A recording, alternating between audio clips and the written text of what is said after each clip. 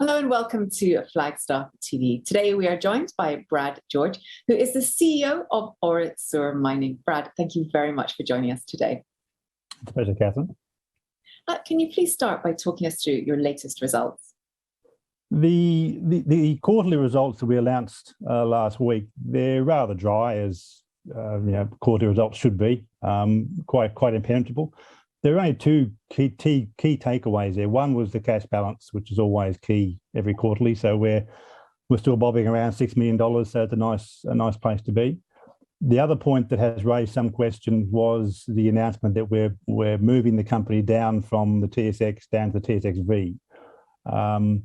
There were questions as to why we've done this, and it's really to do with cost and compliance. The company is a Canadian company.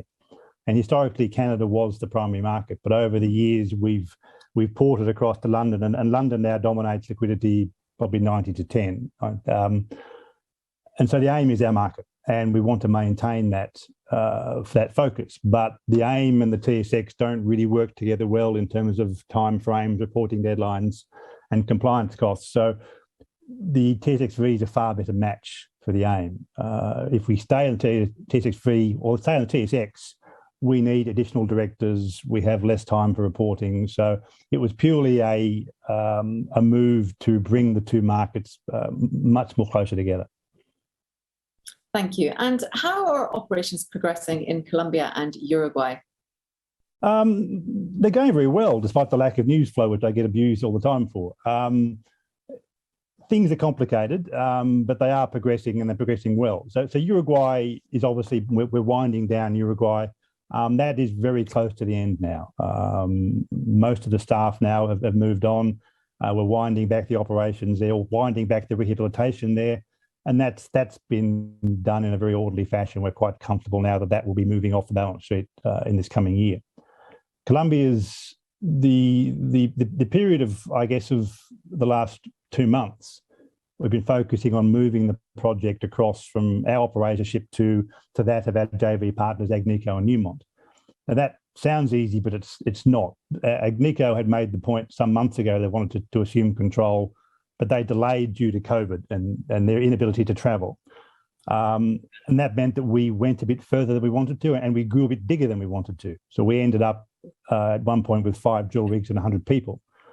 And the process to wind that back and move it across to Agnico is actually quite complicated. It's there's a lot of people involved. The legal situation in Colombia with relation to labour laws are quite complicated, very much skewed toward employees, a bit like France, I guess.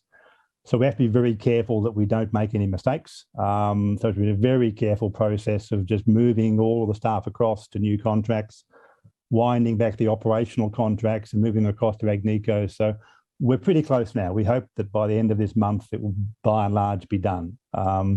But that process meant, of course, that we didn't do any new contracts, and that work wound back to a bare minimum. So we've had 1 drill rig running, down from 5. But by the beginning of November, we anticipate that Agnico can ramp up again quite quickly. And the whole point, of course, being that those two companies, Agnico and Newmont is the biggest gold mine in the world. Agnico have just announced a merger with Kirkland Lake, making them the 3rd biggest in the world. So their takeover of the operation is, I would hope, testament to their faith that Ansar has the potential to host mineralization of their scale. And they certainly see it that way. So while it might mean some difference in how they operate, these guys are there because they see something big being potentially held there. So it's to us, it's quite exciting times. It's just that the handover is quite a protracted affair. What does all this mean for Orosur Mining going forward? It means lots of things. It means my life's a lot easier for a start, which is probably most important. I haven't going to be up all night talking to people.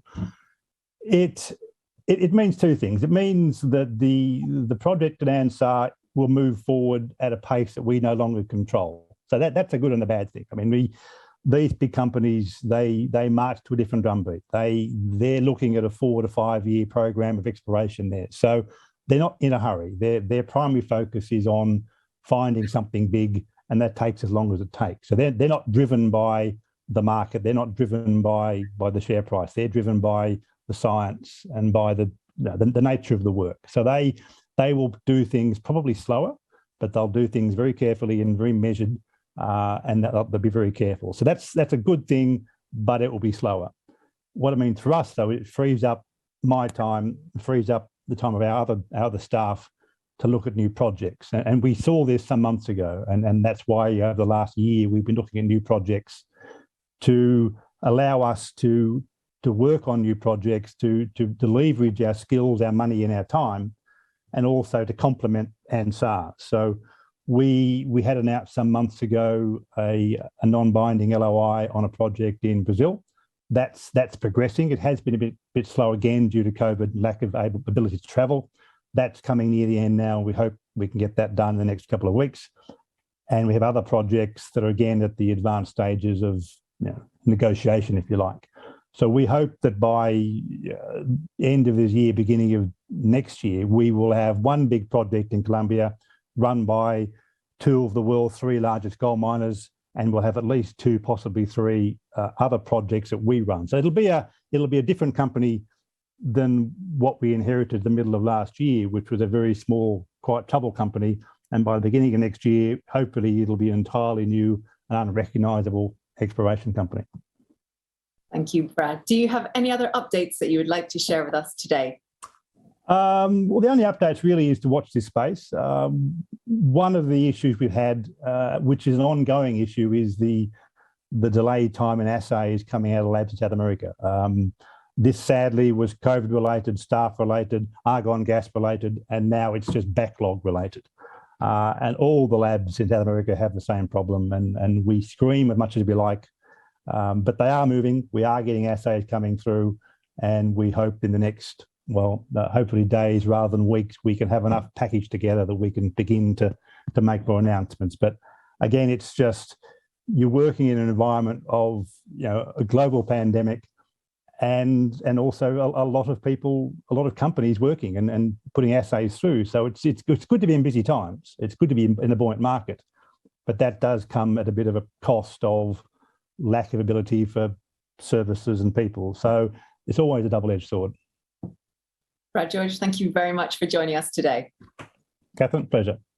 And thank you for watching Flagstaff TV.